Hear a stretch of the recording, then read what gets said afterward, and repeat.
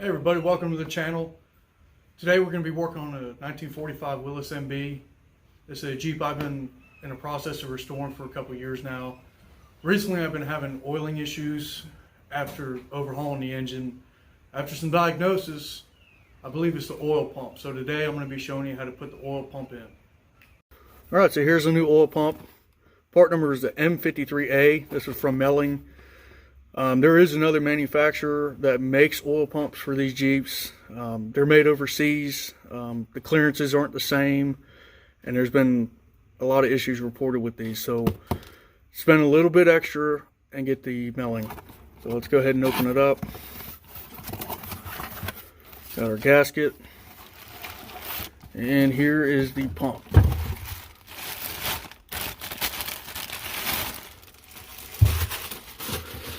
Alright, so this oil pump here is off a different Jeep. The main difference is, you can see, the camshaft drives. This one here on the left is for the gear-driven engines. These are more commonly found. They were produced from middle of 1945 all the way up to 1971. Whether it's a L head or an F head, it's the same oil pump. This one on the right here is for the early L head engines that was chain driven. Those were produced from 1940 and 1945.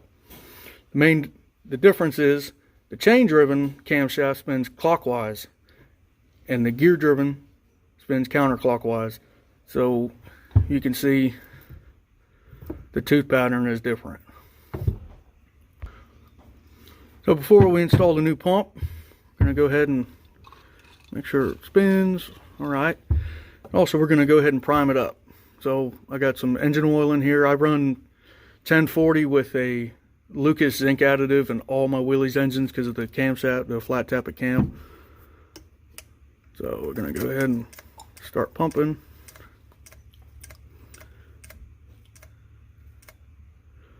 Alright, we're going to get the other side.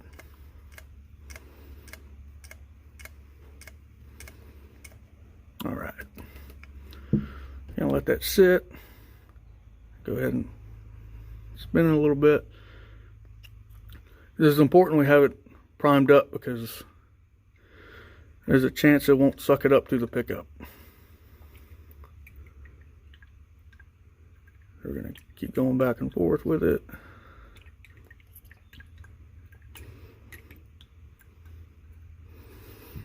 Add some more.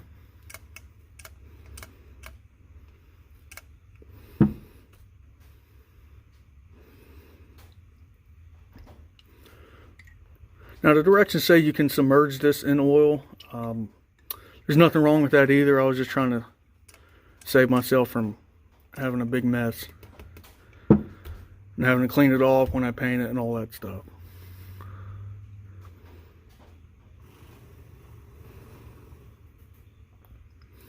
So, alright, we're going to let this sit and then we'll go ahead and remove the oil pump. Alright, moving forward, the first thing you're going to want to do, go ahead and pull your distributor cap off and look at the rotor position. The manual says to put it to number 1, and that's what we're going to do. If you are feeling lucky, you can have it in whatever position you want. Just memorize it. I'm going to go ahead and roll the engine over. Alright, we're on number 1. We're at about 530 on the distributor, on the rotor position, and we'll go ahead and start removing the pump. Alright, so to remove the oil pump, you need a 1/2-inch wrench, and I'm going to use this paint marker to note the orientation of the rotor. So we're going to go ahead and we got 1 bolt and then 2 nuts on 2 studs, one way down here and one off to the side. Go ahead and keep that with a couple threads on it. And like to keep that one there and then completely take this one off the bottom.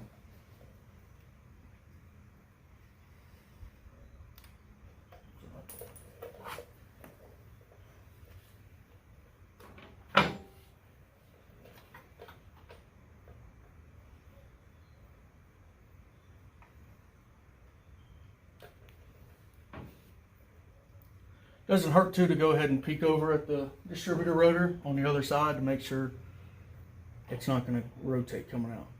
We're going to go ahead and take it out. Bottom. Be mindful not to touch it. Have it spin. All right. Go ahead and wipe it off.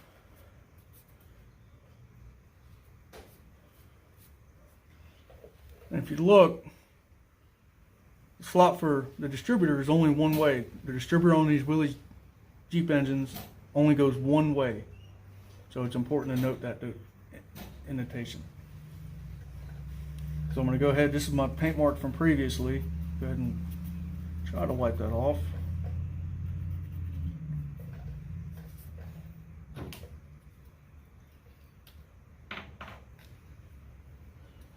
So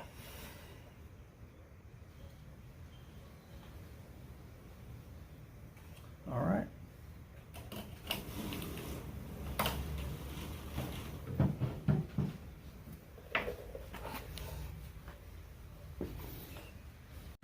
All right, got the distributor cap back on. Everything tightened up. Let's see what we got for oil pressure. Sounds like our timing's a little bit off. Gonna have to probably adjust the distributor a little bit. But first, let's check the oil pressure.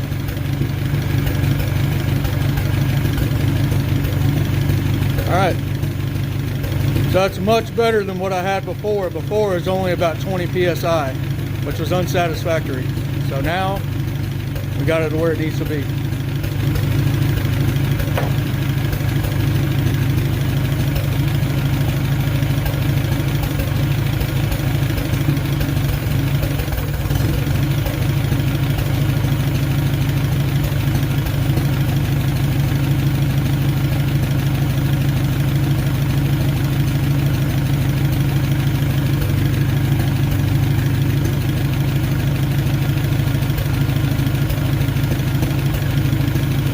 Alright, well, since I got everything out, I'll go ahead and hook up my vacuum gauge and I'll show you all how to time without a timing light, because unfortunately this has a different flywheel on it, and on this particular engine, on the early engines, the timing marks were only at the flywheel accessible through this hole with the timing light. So we're going to have to hook up a vacuum gauge and adjust the distributor from there based on vacuum until I can mark the crankshaft pulley with the top dead center mark. Alright, so I got the engine on and warmed up. Got our vacuum gauge hooked up to the intake port. Right now it's fluctuating pretty hard. Spec is between 18 inches and 21 inches. So we're going to go ahead and advance the timing a little bit.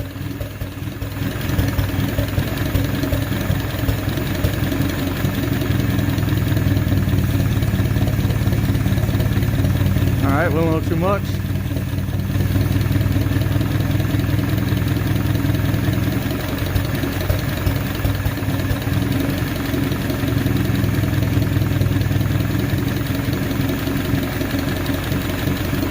Alright, we still got a lot of fluctuation.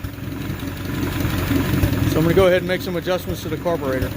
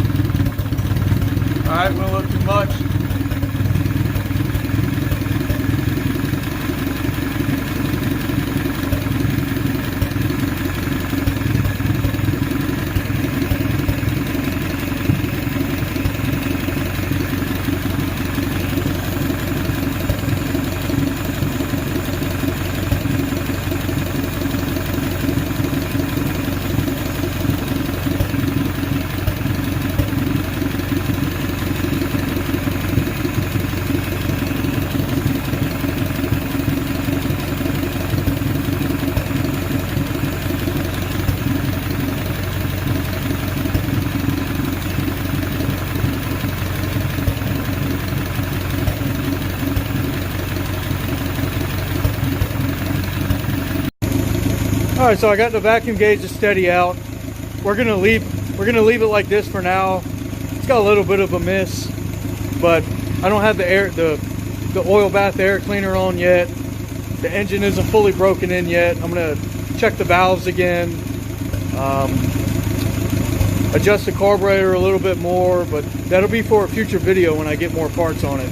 But for now, the fluctuations slowed down a lot, and we're between that 20 and 21, which is on the higher end of spec, which was 18 to 21. All right, guys, well, that concludes the oil pump video on the 1945 Willys MB. Gonna keep on pecking away at it to see right now. So, got to keep breaking the engine in, testing the transmission out, fine-tuning some things. But my main focus moving forward is going to be this tub here. This tub's been really butchered, and it's 75 years of life. From my understanding, this Jeep was sold to the Greek military sometime in the late 40s, early 50s, and they cut out the back for a recoilless rifle setup. So I'm going to be converting it back to stock configuration with the pretty much the back put back on. The person I did get it from, he put a new floor in it and he tried to do some body work, and as you can see, there is a ton of Bondo on this thing. I've been in the process of trying to remove some of the Bondo. That's going to be a future video. I'm going to show you all how to, when you have something like this with a ton of Bondo, all the paint's off of it, I'm going to show you a dustless Bondo removal. Something I've been using, a technique I've been using for a while now. And also some dent removal. We've got a big dent here, we've got a bunch of little dents on the other side of the tub, and also some patch panels. So if you like what you see, like and subscribe so I can keep putting out videos. Also in the comment section, leave comments on what you'd like to see or what you'd like to learn about these Willys Jeeps. This is my first resto here. This is a 1960 CJ5. So I've got some extra engines over there, transmissions, and also the tractor. I do occasional video on the tractor. Not a lot goes wrong with it. I did some work to it a few months ago before I decided to make a YouTube channel. Did some engine work and hydraulic work on it. So, all right, well, until next time, y'all have a good one.